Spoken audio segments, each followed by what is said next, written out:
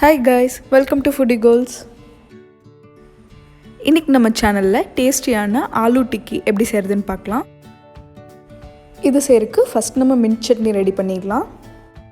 அதுக்கு ஒரு மிக்ஸர் ஜார்ல ஒரு பிடி கொத்தமல்லி, ஒரு பிடி புதினா, ஒரு டீஸ்பூன் சீரகம், 1/2 டேபிள்ஸ்பூன் மிளகு, 2 பச்சை மிளகாய், 1 டேபிள்ஸ்பூன் சாட் மசாலா, 1 டீஸ்பூன் உப்பு, ஒரு சின்ன பீஸ் புளி, half லெமனோட ஜூஸ், ஒரு சின்ன பீஸ் இஞ்சி, 2 பல் பூண்டு, இது கூட 1/4 கப் தண்ணி சேர்த்து இது நல்ல ஒரு சட்னி மாதிரி அரைச்சி எடுத்துக்கலாம். அவ்வளோதான், நம்ம க்ரீன் சட்னி ரெடி ஆயிடுச்சு. நெக்ஸ்ட்டு ஒரு கப் தயிர் எடுத்துக்கோங்க. அது கூட ஒரு டேபிள் ஸ்பூன் சுகர் ஆட் பண்ணி அதை நல்லா மிக்ஸ் பண்ணி விட்டுக்கோங்க. சுகர் மெல்ட் ஆகி நல்லா மிக்ஸ் ஆகிற வரைக்கும் மிக்ஸ் பண்ணி இதையும் எடுத்து வச்சுருங்க. நான் இன்றைக்கி 6 மீடியம் சைஸ் பொட்டேட்டோ எடுத்து இந்த மாதிரி நல்லா பாயில் பண்ணி வச்சுருக்கேன். நெக்ஸ்ட் நான் இதை பீல் பண்ணி மேஷ் பண்ண போகிறேன். நெக்ஸ்ட் நான் இன்றைக்கி 1/2 கப் அவல் எடுத்திருக்கேன். அதை தண்ணியில் நல்லா கழுவிட்டு ஒரு 2 நிமிஷம் ஊற வச்சு எடுத்துக்கோங்க. நெக்ஸ்ட் ஒரு மிக்சிங் பவுல் எடுத்துக்கோங்க. அதில் நம்ம பாயில் பண்ணி மேஷ் பண்ணி வச்சுருக்க பொட்டேட்டோஸ், அது கூட நம்ம ஊற வச்சுருக்க அவல், ஒரு டேபிள் ஸ்பூன் கொத்தமல்லி, ஒரு டேபிள் ஸ்பூன் புதினா இலை, ஒரு டேபிள் ஸ்பூன் கசூரி மேத்தி, அதை நல்லா கையில் க்ரஷ் பண்ணி போட்டுக்கோங்க.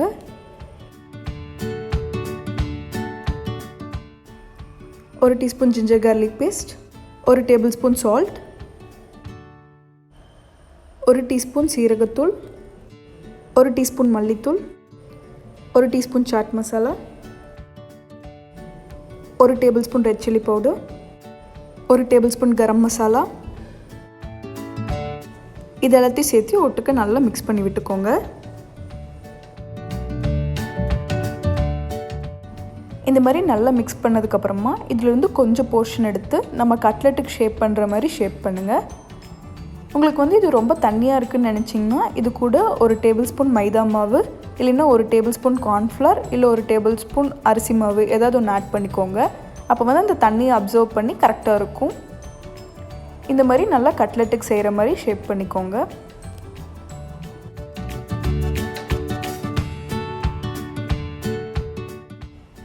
இதே மாதிரி எல்லாத்தையுமே நம்ம செஞ்சு எடுத்து வச்சிடலாம். ஃபஸ்ட்டு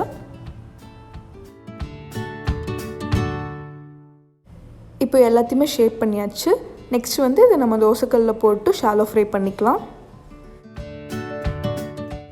இப்போ நான் ஸ்டவ்வில் ஒரு தோசைக்கல் வச்சுருக்கேன். தோசைக்கல் நல்லா ஹீட் ஆகட்டும். நல்லா ஹீட் ஆனதுக்கப்புறமா அதில் ஒரு டேபிள் ஸ்பூன் ஆயில் ஆட் பண்ணிக்கோங்க. ஆயில் எல்லா சைடும் படுற மாதிரி நல்லா ஸ்ப்ரெட் பண்ணி விட்டுக்கோங்க.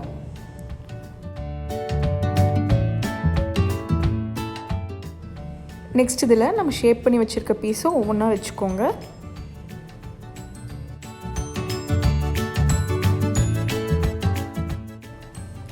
ஒரு சைட் குக் ஆனதுக்கப்புறம் அது நெக்ஸ்ட் சைட் ஃப்ளிப் பண்ணி போட்டுக்கோங்க.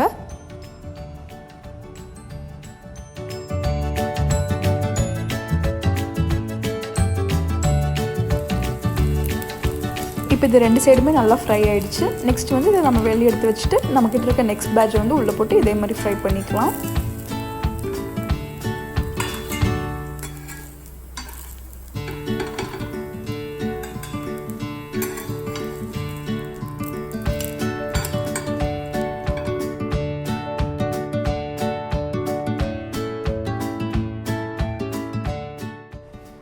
அவ்வளோதாங்க, நம்ம ஆலு டிக்கி ரெடி ஆகிடுச்சு. இது இப்படியே சாப்பிட்லாம். ஆனால் நான் இன்றைக்கி சாட் மாதிரி செய்ய போகிறேன். ஸோ ஒரு பவுலில் ஃபஸ்ட்டு 2 டிக்கி எடுத்து உள்ளே வச்சுருங்க. இதுக்கு மேலே கொஞ்சம் ஸ்வீட் சட்னி. இந்த சட்னி எப்படி செய்கிறதுன்னு நம்ம பானிபூரி வீடியோவில் இருக்கும், லிங்க் டிஸ்கிரிப்ஷனில் தரேன், பாருங்கள். இதுக்கு மேலே 2 பூரி,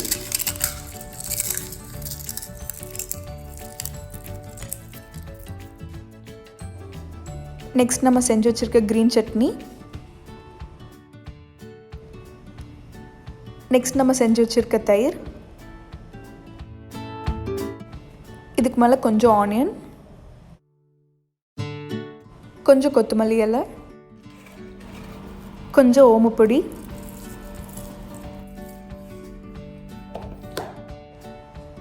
கடைசியாக கொஞ்சம் மாதுளம்பழம். அவ்வளோதாங்க, நம்ம ஆலு டிக்கி சாட் ரெடி ஆகிடுச்சு. இந்த வீடியோ உங்களுக்கு பிடிச்சிருக்குன்னு நினைக்கிறேன். பிடிச்சிருந்தால் லைக் பண்ணுங்கள், ஷேர் பண்ணுங்கள் அண்ட் நம்ம சேனலுக்கு சப்ஸ்கிரைப் பண்ணுங்கள். Bye bye, have fun.